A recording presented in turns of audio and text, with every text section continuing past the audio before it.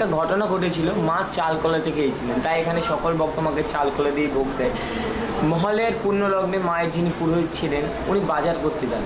এবার বাজার করতে গিয়ে দেখেন একটা ছোট্ট 5 বছরের বাচ্চা মেয়ে পুরো মা কালীর মতন সে ভিক্ষা চাইছে।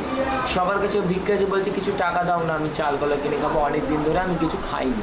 সবার কাছে এই কথা বলে ভিক্ষা চাইছে। আমাদের যিনি সেবাই পুরোহিত ছিলেন তার কাছেও এই কথা বলে ভিক্ষা চাই। পুরোহিত তখন তাকে ধাক্কা মেরে ফেলে দেন, ফেলে দিয়ে বলে যা কাজ করিয়ে খা। বাচ্চা মেয়েটি তখন গা ঝাড়া দিয়ে বলে আমি যদি কাজই পেতাম তো তোর কাছে ভিক্ষে চাইতে আসতাম। বাচ্চা মেয়েটিও চলে যায়, আমাদের যিনি পুরোহিত ছিলেন তিনিও চলে যায়। আপনাদেরকে জানি রাখছি আমাদের প্রতিটা অমাবস্যা অন্ধকারে পুজো হয়, কোনো রকম লাইটের জিনিস জ্বলে না, কেবল ঘিয়ের প্রদীপ জ্বলে। ওই দিন মহলের অমাবস্যা অন্ধকারে পুজো হচ্ছে। এবারে অন্ধকারে পুজো করতে করতে পুরোহিতের মন বলছে যেন মা নেই, কিন্তু পুরোহিতের মন আবার বলছে মা তো কালো, তাই হয়তো আমি অন্ধকারে দেখতে পাচ্ছি না। তাই পুরোহিত ঘিয়ের প্রদীপ নিয়ে মায়ের মুখের সামনে দেখে সত্যিই মানি। আর যিনি শিব ঠাকুর মায়ের পায়ের নিচে উনিও পুরো মৃত মানুষের মতন শুয়ে আছে। এই দেখে পুরো থমকে যায়। থমকে আবার কিছুক্ষণ পরই ছুমছুম করে নুপুরের আওয়াজ হয় পুরোহিতের পেছন থেকে, আর ধাপ করে শিবের বুকের উপরে একজনের ডান পা পড়ে।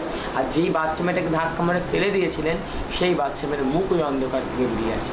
আর মা তখন মানুষের কণ্ঠে বলে দে চাল কলের দেবী নামে।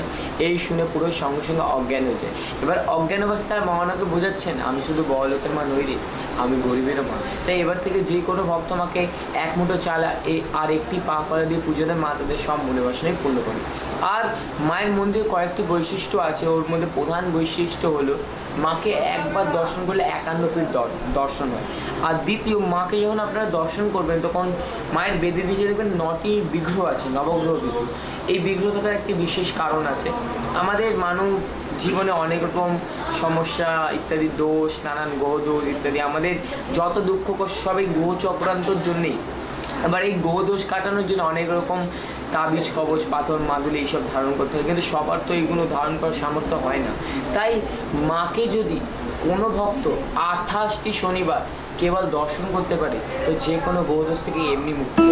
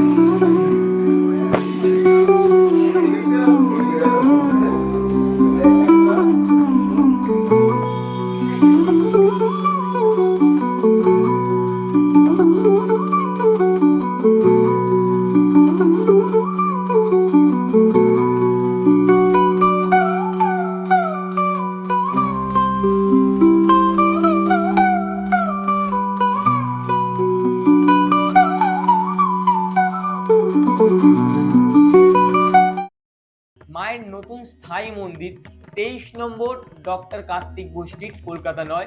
মায়ের মন্দির সকাল 8:30 নাগাদ খোলা হয়, 8:30 থেকে 1টা অবধি খোলা থাকে, আবার বিকেল 4টে থেকে 8:30 অবধি খোলা থাকে। আর মায়ের মন্দিরে প্রতিদিন দুবেলা অন্নপ্রাশন বিনামূল্যে বিতরণ হয়। যখনই আসবেন মায়ের মন্দিরে অন্নপ্রাশন নেওয়ার চেষ্টা করবেন, আর মাকে নিজের মনের বাসনা জানাবেন। মা অবশ্যই আপনাদের প্রতিটা মনের বাসনা